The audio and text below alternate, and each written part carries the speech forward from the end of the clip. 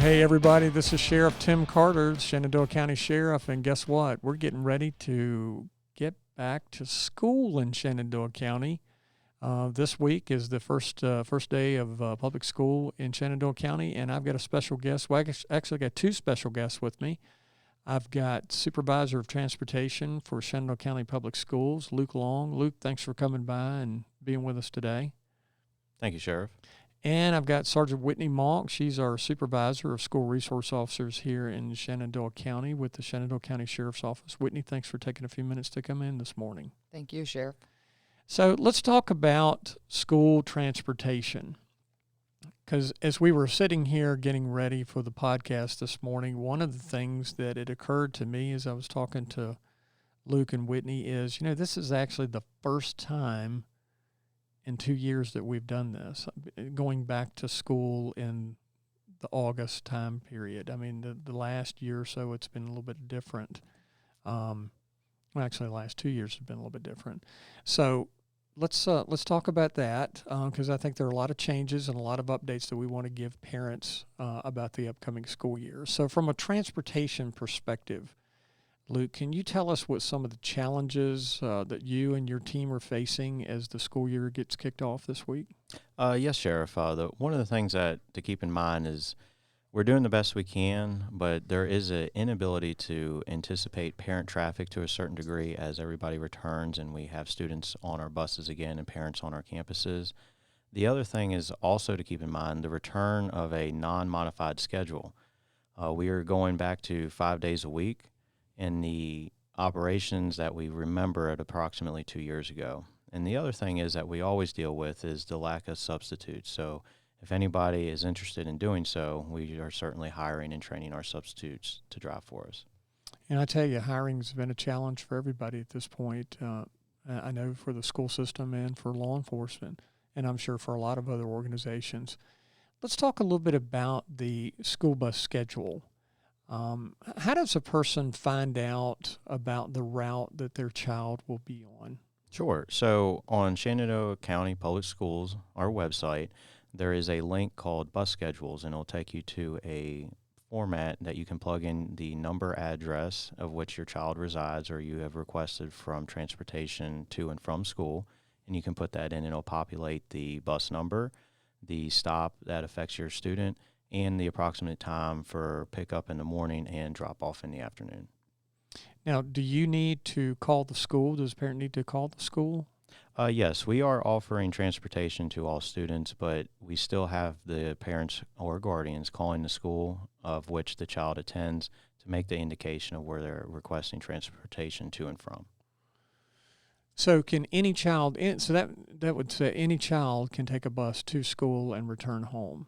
That is correct, but this year we're still requesting parents identify with the school, and that way they would update their student information to indicate where their child is riding and being dropped off from. Okay. Now I know we're coming out of the pandemic. There's been a lot of changes recently with the new variants and whatnot, but is there a requirement for children to wear masks when they're on the school bus? So with all these questions, we have to provide information that we have at the time, and at this time we are requiring students wear masks on a school bus to include our staff, and that's the information we have. So as school begins, please have students masked up, and our drivers will as well. If your student forgets their mask, we will keep some on the bus to help out with that need. Okay. Now, I hope this doesn't happen, but if it did happen, what would I do as a parent if a school bus would miss the stop there in the morning? Sure. So we operate with strict schedules, and in an effort to get the students to school so that way they have access to their instructional time, we do not necessarily have the ability to turn the bus around and reroute. Mm-hmm. Now, you guys are, I think you mentioned you guys are operating at full capacity. That's an incredible number of students that are taking buses this year. Yes, we are resuming full capacity to the manufacturer specs of the school bus, and in a sense, in Shenandoah County, we have a little over 6,000 students, and typically transportation brings a little over 4,000 of those students to school each and every day.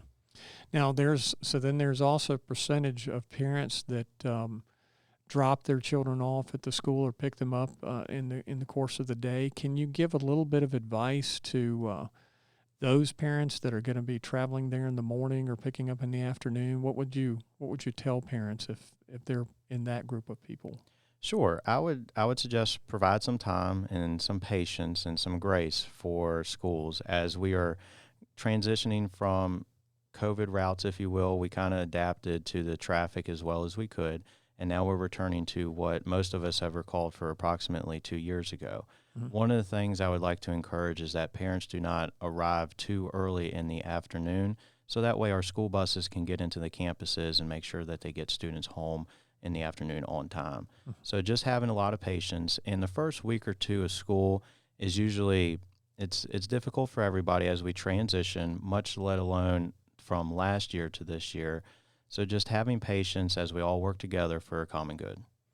Right. And Whitney, I know that's something that with regard to the bringing children into schools in the morning and having them released in the evening. I know that, excuse me, I know that the school resource officers, the school administrations work really hard to try to get that as smooth as they can. Any comments from?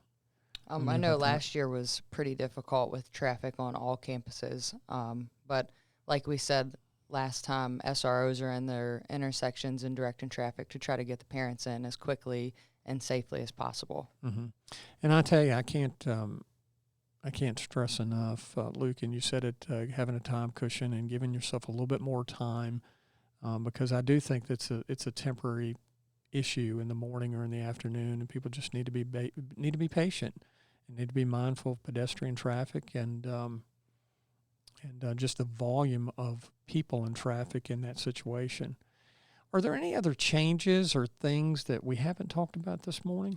Sure. Just to piggyback off of, the first week or two of school, be mindful that buses may be arriving just a little earlier than typical, and they might be arriving in the afternoon to bring your students home a little bit later as we navigate the traffic and build routines. Another thing that we're creating an initiative with stop arm cameras, and this is to help minimize and eliminate driving infractions when students are boarding and offloading our school buses on our roadways. Just want to remind everybody that we are going to 5 days a week, and school starts Thursday. I'd like to encourage everybody to once again be mindful of the precious cargo, and we will have buses stopping for unloading and loading our children, and that everybody working together as a community can keep our kids safe and make sure they have access to our instruction. Well, Luke, I appreciate that. And the initiative, you called it the stop arm camera system. Yes, sir. I think that's a good thing to get that started. And we also try to put out the public service announcements that, you've been going all summer, you haven't seen a school bus, now you're going to see them. A lot of them in the mornings, a lot of them in the afternoons and evenings, and be mindful that you have this additional traffic out there, especially this traffic around the school campuses. Whitney, any comments that maybe we haven't mentioned yet? No, just, allowing yourself more time in the mornings when you're going to work, because buses are out there. They are going to be stopping for kids at the school bus stops. And if you're dropping or picking your kid up at school, to allow yourself more time as we all adapt to what this school year is going to look like. Right. Well, again, Luke, thank you for sharing a few minutes of your time with us today, and appreciate everything you and your staff do for the children of Shenandoah County and the relationship that we have with your all's organization. Whitney, thank you for spending a few minutes of your time this morning. Guys, be ready for school. It starts this Thursday, and have a good school year. Thank you so much.